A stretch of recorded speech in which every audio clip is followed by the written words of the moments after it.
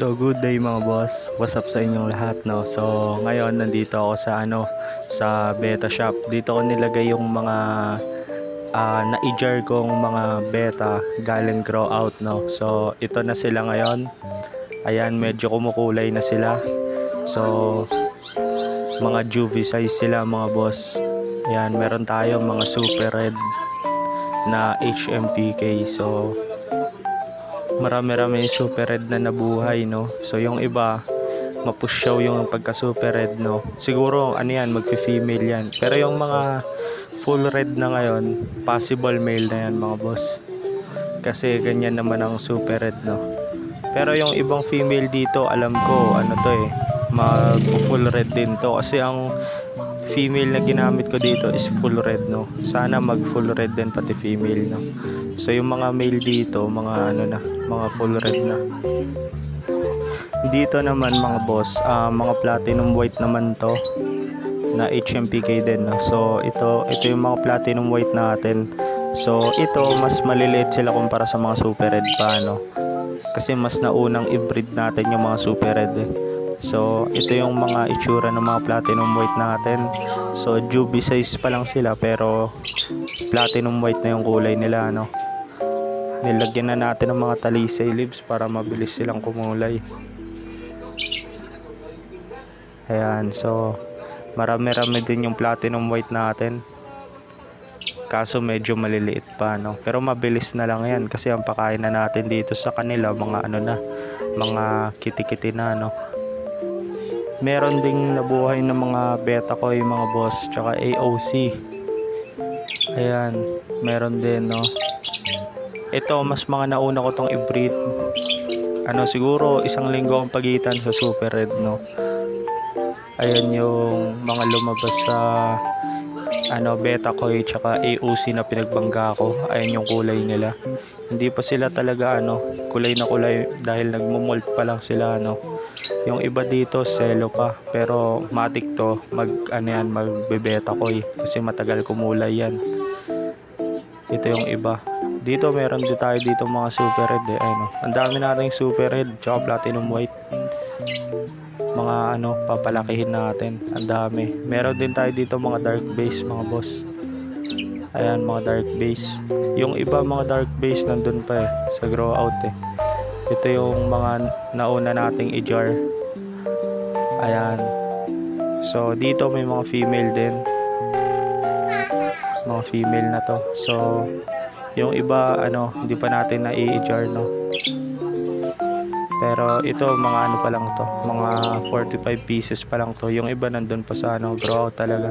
So punta tayo sa grow out mga boss. So yan mga boss, nandito tayo ngayon sa mga grow out, no.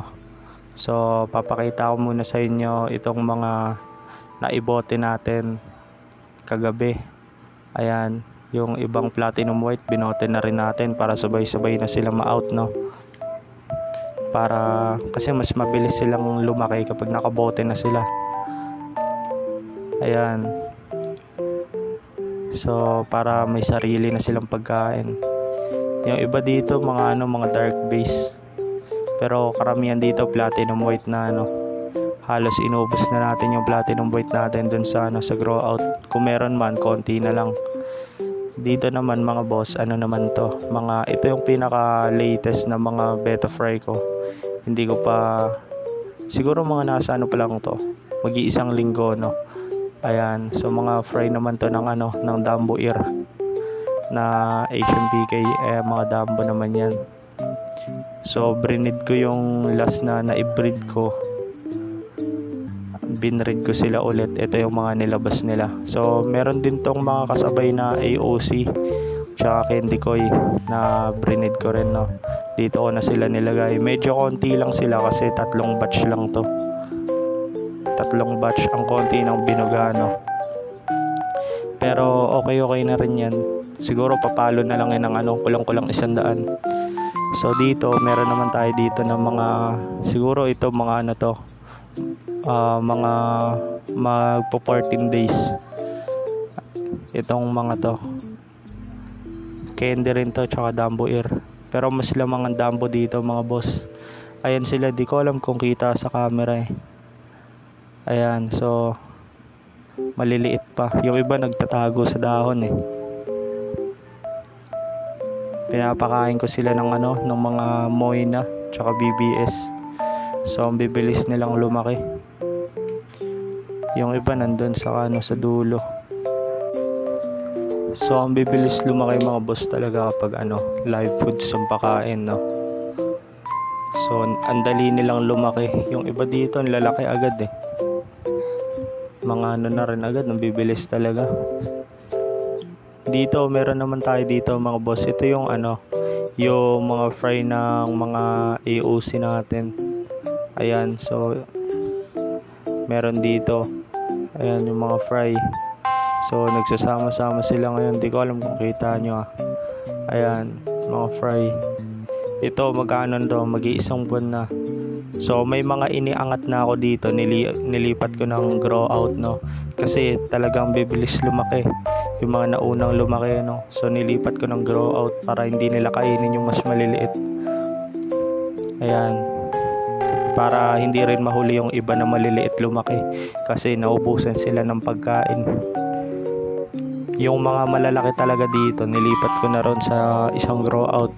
Doon yung halos magkakalapit na yung size nila. Dito halos ang liliit pa. Yung iba dito, mga nahuhuli. Ayan, mga AOC to mga boss, mga dark base. Marami pa tayo dito sa kabila. Ito yung kabila nito, doon ko nilalagay yung ibang beta fry na mas nauna, no. Ayan yung mga yan yung mga natitira dito ng mga beta fry. So ito dito ko sila nilalagay yung mga malalaki na. Ayan, sinasama-sama ko na sila. Halos magkakalapit lang yung size nila. Kita nyo ba mga boss? Ayan, no. Ayan, para sama-sama na sila dyan. Ayan, yung iba galing na to dun sa kabila. Ayan, no. Katapos na ng April mga boss, ibobote ko na tong mga to. Tapos para magamit ko yung itong grow out na to sa mga gusto kong i-breed na strain ng beta, Naghahanap kasi ako ng na maganda-gandang i-breed na beta, yung pangmalakasan, no. Kaso yung gusto kong beta na na i-breed, madalang ko makita. Dahil puro male lang yung nakikita kong ganun. So bihira ang female na import na ganun. Pero sisikapin ko makakuha ng ganun. Gustong gusto ko yung mga dating ng beta sa sa Indonesia. Mga ganun ang gusto kong i-breed. So maghanap tayo ng mga ganung materyales para maganda-ganda rin ma-out ko sa inyo. So ito na muna siguro yung mga bibreed natin ngayon.